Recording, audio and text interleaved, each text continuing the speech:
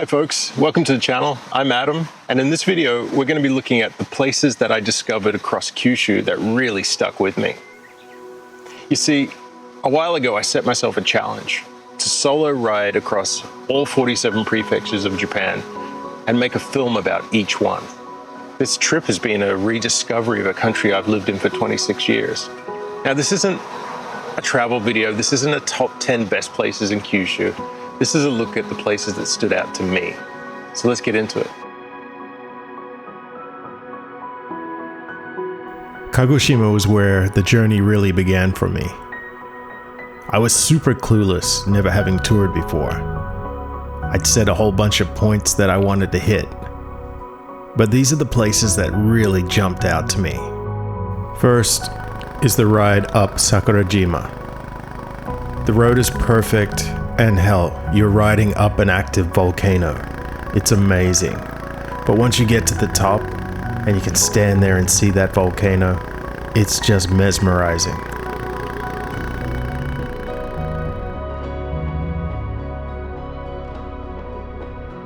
Next was definitely the ride around Lake Ikeda, and the campsite with the golden torii gates. You pick the season right, and the whole place is covered with sunflowers and wildflowers. It's incredibly beautiful. But what really stands out is that symmetrical volcano that reflects off the lake as you ride around. It's hard to watch the road, honestly. If you're a history buff like me, the Chiran Peace Park is one of those places in Kyushu that just feels essential. It's not a light stop, and it isn't something I'd treat like a normal tourist attraction. But it gives this part of Kagoshima a weight that you can really feel.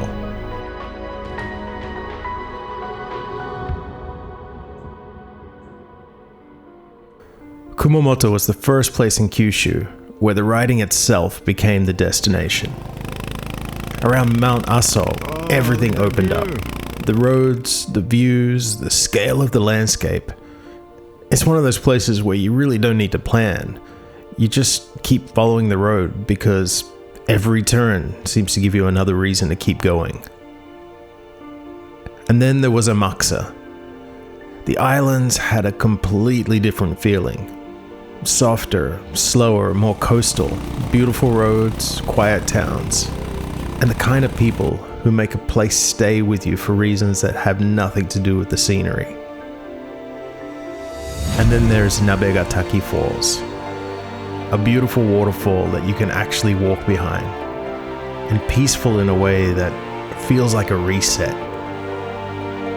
That is what Kumamoto gave me. Big roads, beautiful views, small human moments, and that feeling that Project 47 was starting to become more than just a route across Japan.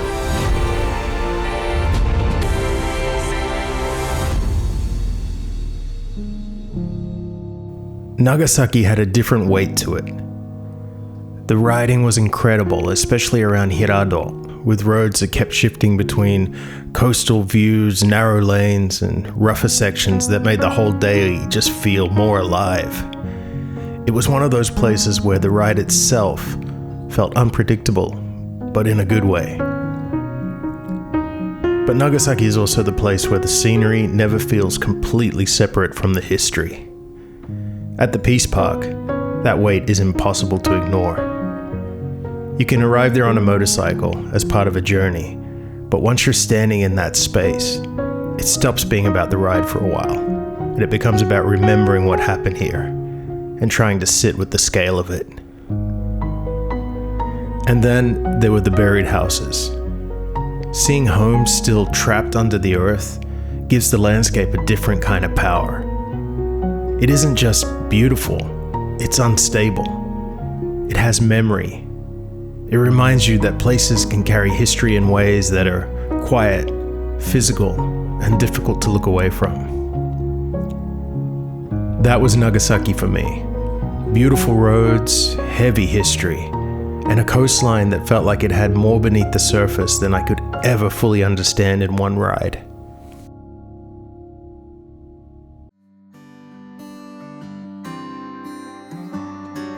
Saga was the place everyone warned me about. Not because it was dangerous or difficult or hard to ride through, but because people kept telling me there's nothing there. And honestly, that made me more curious. Okawachiyama village was the first place that proved the idea was wrong. Tucked into the mountains, quiet, peaceful, and full of this incredible ceramic art history. It had the kind of atmosphere you don't really get when you're chasing the obvious places.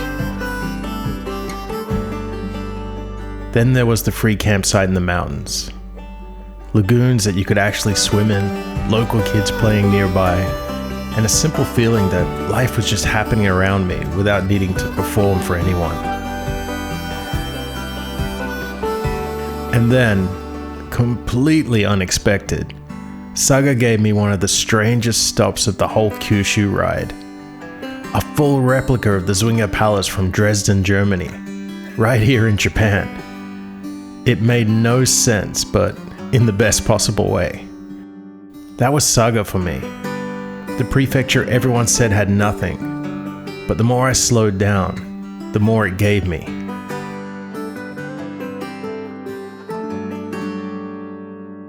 Fukuoka started with a fall and a broken finger, which wasn't the best way to start. But what stayed with me wasn't the crash. It was the places I found after it. Nanzo-in gave me the temple atmosphere I was hoping for in Fukuoka. Quiet paths, heavy stones, old trees, and that feeling of stepping out of the speed of the city for a while. Team Lab Forest was the complete opposite, but that's kind of why I liked it. It was strange, bright, playful, and fun in a way that had nothing to do with the road or the bike. And then there was the riding crew from Day Trip Coffee. That was the part of Fukuoka that really changed the feeling of the prefecture for me. Great people, awesome roads, and the kind of easy connection you just can't plan for. Fukuoka surprised me.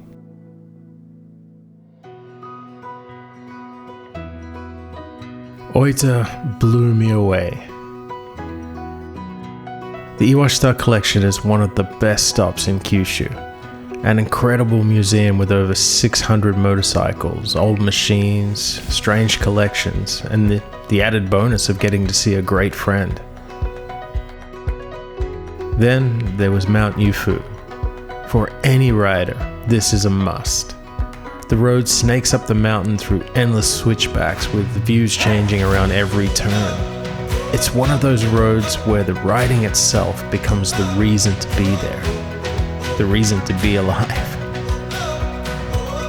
And Harajiri Falls gave Oita a completely different kind of style. Often called the Niagara of Japan, it isn't huge in the way the name might make you expect, but it's unique. It's wide, open, and unmistakably Japanese, especially with the torii gates standing above the falls. That was Oita for me. A mixture of epic rides, mountains, nature, and just scenery like you wouldn't believe.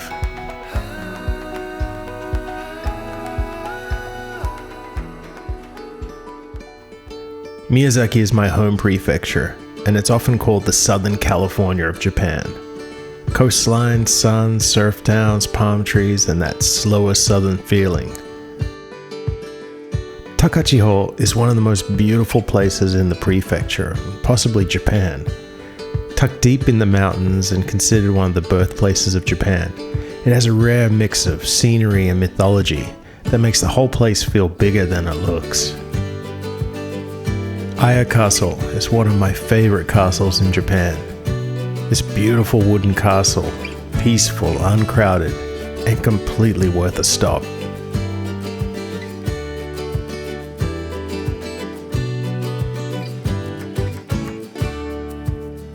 And then there's Cape Toi, right on the wild edge of Miyazaki.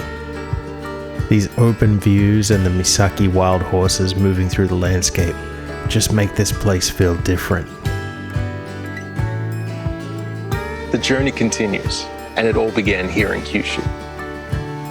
Thank you for watching, and happy riding, folks.